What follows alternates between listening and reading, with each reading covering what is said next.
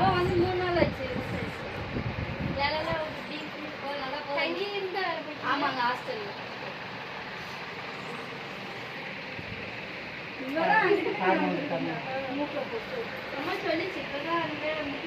நான் அங்கிட்ட போனேன். நான் வெடி வந்து சத்திக்கோள் கிட்ட போட்டுட்டு இருந்தேன்.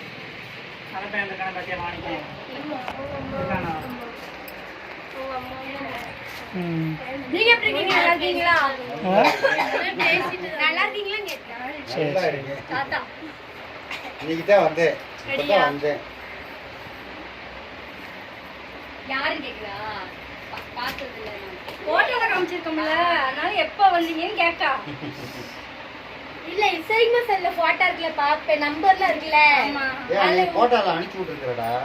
அவ வாட்ஸ்அப்ல நீங்க இருக்கீங்க. எடுத்தியா நீ? எடுத்த மாதிரி நான் போட்டோ பாத்துக்கல. உங்க போட்டோனா இதுதான் அவரோட தங்கச்சி. அப்படியா? நீ அக்கா இருக்காங்க. அத்தை மாமாலாம் இந்த அடுத்த தெருல இருக்காங்க. அப்படியா? தங்கச்சி காமிச்சீங்களா? ஆமா, வீடு காட்டணும்ல. ஆமா.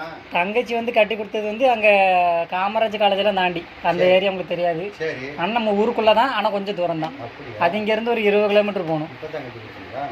கட்டி கொடுத்து 6 வருஷம் ஆயிட்டு. 6 வருஷம். 6 வருஷம் இருக்கும்ல. நான் 8 வருஷமா? 8 வருஷம் ஆயிட்டு. சொல்லவே இல்ல. சரி சரி. இது அக்கா பொண்ணு. அக்கா இன்னொரு குட்டி இருக்காங்க. ஆமா. அது ஒரு 2 பிள்ளைய போட்டோ அனுப்பி விட்டோம்ல. ஆமா. அந்த 2 பிள்ளைங்க. சரி சரி. அன்னைக்கு நீ ஹாஸ்பிடல்ல இருக்கும்போது வந்து பார்த்தாங்களா? ஆமா. கடைக்கு போயிட்டு தம்பி. காசு போடுமா? காசு போடு.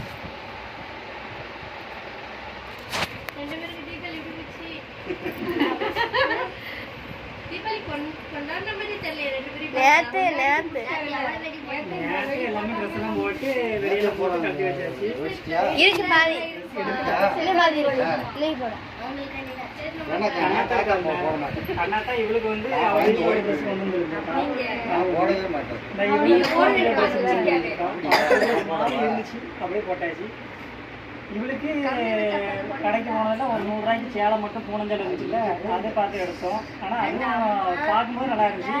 கெட்டினக்கு அப்புறம் மஞ்சள் கலர் வந்து ரொம்ப மங்கி போன மாதிரி பழைய சேலை மாதிரி இருந்துச்சு.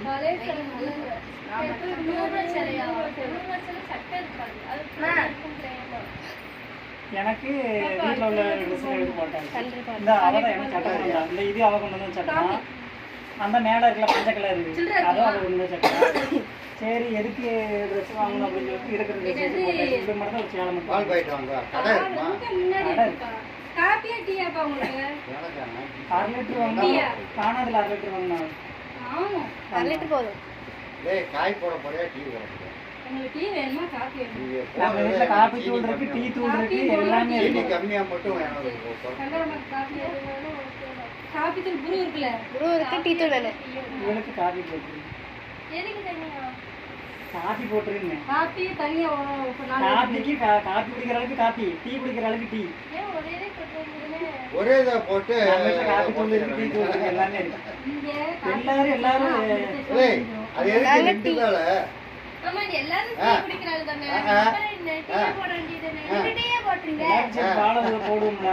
வாழை போட்டுட்டு டம்ளர்ல டீ தூள் சொல்லிட்டால விடுங்க. அப்புறம் பால் 1 லிட்டர் பால் 5 டீ தூள் 2 வாங்கிட்டு வா. 5 டீ தூள் 2. இவ்வளோ பெரிய வட்டால மொத்தமா பாலை வச்சுக்கிடுவோம்.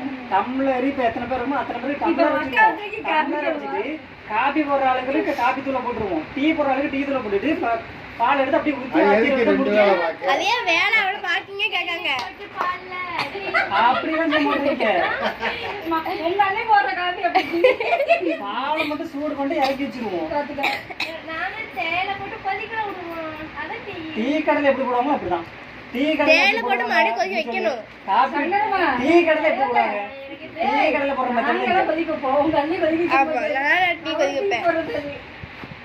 நீங்க இப்ப சொல்லிதான் தெரியுது அண்ணன் டீ போடுவாங்க. எங்க வீட்டுல எல்லாம் போட்டாவோட ஒரு நாள் மேலுக்குலாம் முடியாம கடந்தோம் அப்படின்னா அவர் டீ போடுவாரு. இவளுக்கு எந்திக்க முடியல, அவளுக்கு எந்திக்க முடியலன்னா நான் முடியலன்னா அவள் தான் எந்திரிச்சு எல்லா வேலையும் பார்ப்பேன். தலைநைட்னா பக்கத்துல செய்யணும்.